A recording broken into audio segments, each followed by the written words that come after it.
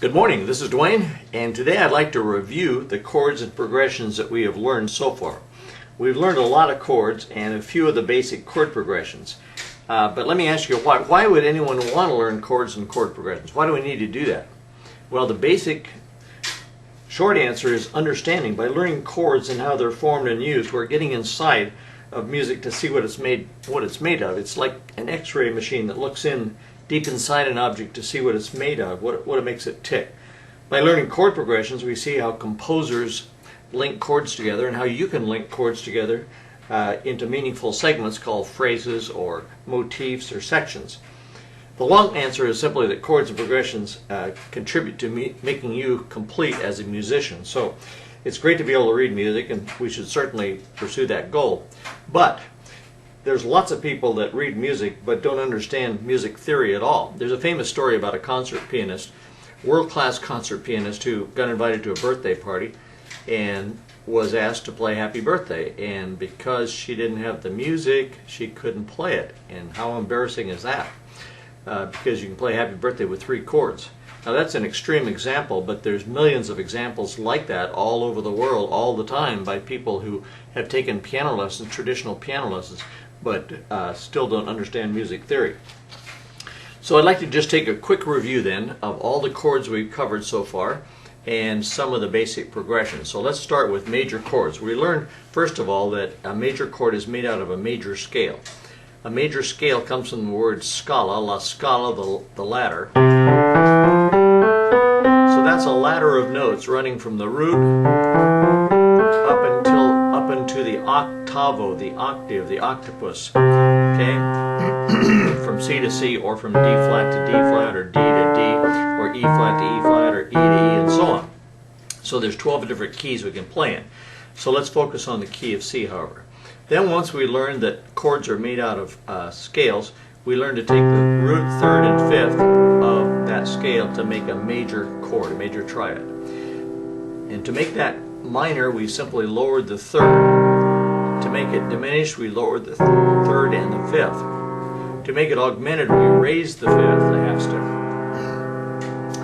And those are the 4 basic kinds of triads: major, minor, diminished, and augmented. And then we started adding notes. We added a 6th by adding the 6th note of the scale, and then we could add a 6th to the minor chord, so that would be C minor 6. Then we learned 7th chords, and the 7th chord is made by the flat 7th. It's called the dominant 7th in music theory. And then we learned major 7th, which is the scale 7th of the C scale. And then we learned minor 7th, which is a minor chord with the dominant 7th, like that. And then we learned 9th chords, and to learn 9th chords we had to turn the chord upside down, add the 7th, and then take our index finger off the root and play the 9th. And we've been through all this, so this is just a review.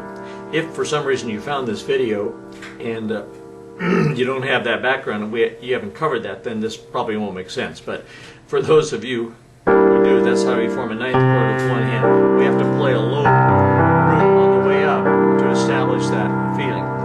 And then the same is true with the 11th chord. We simply move the thumb up a half step, and that would be C11th. Once again, we have to play low C first to establish the root feeling. And then to play a 13th chord, we ran out of fingers, so we simply move the 5th up to the 13th. That's the 13th above C. Okay, so that's the C13th chord once you play the low root. And notice in that 13th chord we have no remnant of the original chord left. In that chord there's no root, there's no third, there's no fifth, but it's there by implication, isn't it? Okay, because we build on that up to that point. Okay, so that's how we covered all the basic chords. Then we said that any chord can be altered. In other words, I could have a C7, but if it says -5, I'd flat the 5th. If it says sharp 5, +5, I'd raise the 5th. So any chord can be altered. You could have a flat 11th, a flat 9th, for example.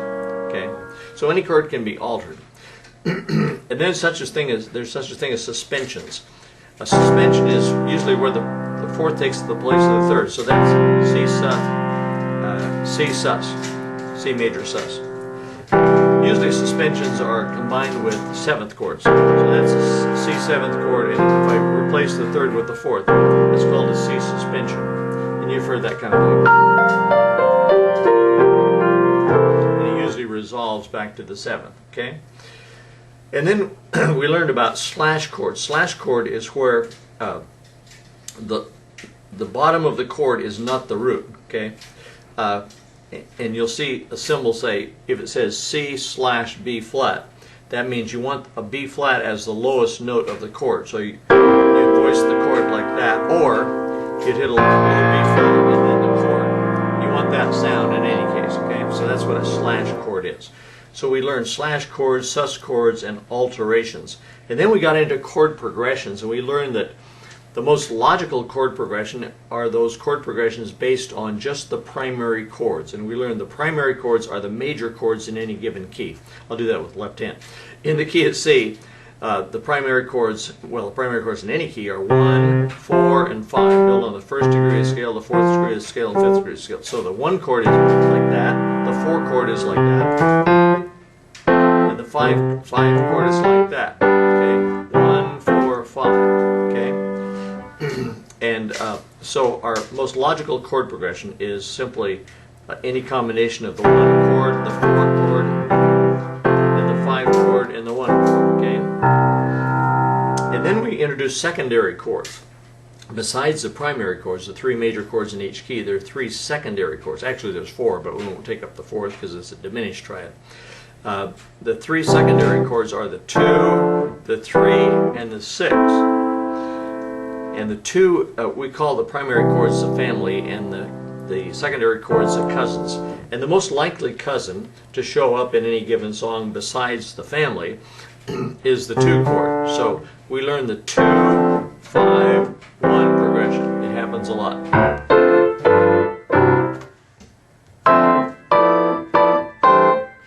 2, 5, 1. You've heard that kind of thing, okay? And then we learn this. The next most likely chord after the 2 is the 6, cousin 6. Okay, so then we learn the 6, 2, 5, 1 chord progression.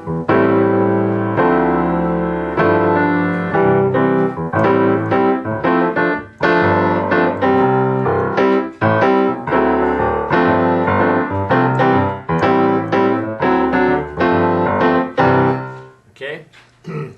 By the way, the 2 is sometimes made major in progressions, but that's okay. Any kind of 2 is fine. Any kind of 6 is fine. But in its basic form, it's a minor because it's a secondary chord. Okay, won't get into that any further. Then we learn the 3, 2,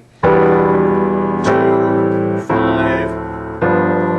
I'm sorry, 3, 6, 2, 5, 1 chord progression. And then we decided that the most used chord progression, probably the most used 4-note chord progression, is this famous one. It's known as the Blue Moon chord progression because the song Blue Moon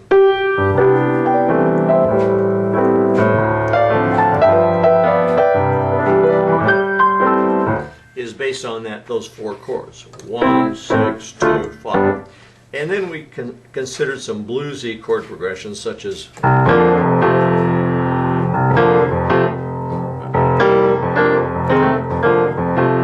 things like that, but I won't go over that again, okay? So we covered all the basic chords, some of the basic chord progressions, and that brings us kind of up to date. So thanks for being with me, and I hope you'll review this on your own. Well, by the way, we covered some form, musical form, what it is, musical rooms and how they're combined, and in chord progressions. And then we covered the circle of keys and the minor circle of keys and so on. So we covered a lot of ground in the time that we spent together. So hope you've enjoyed it all, and hope you'll be back for more. So thanks a lot. Bye-bye for now.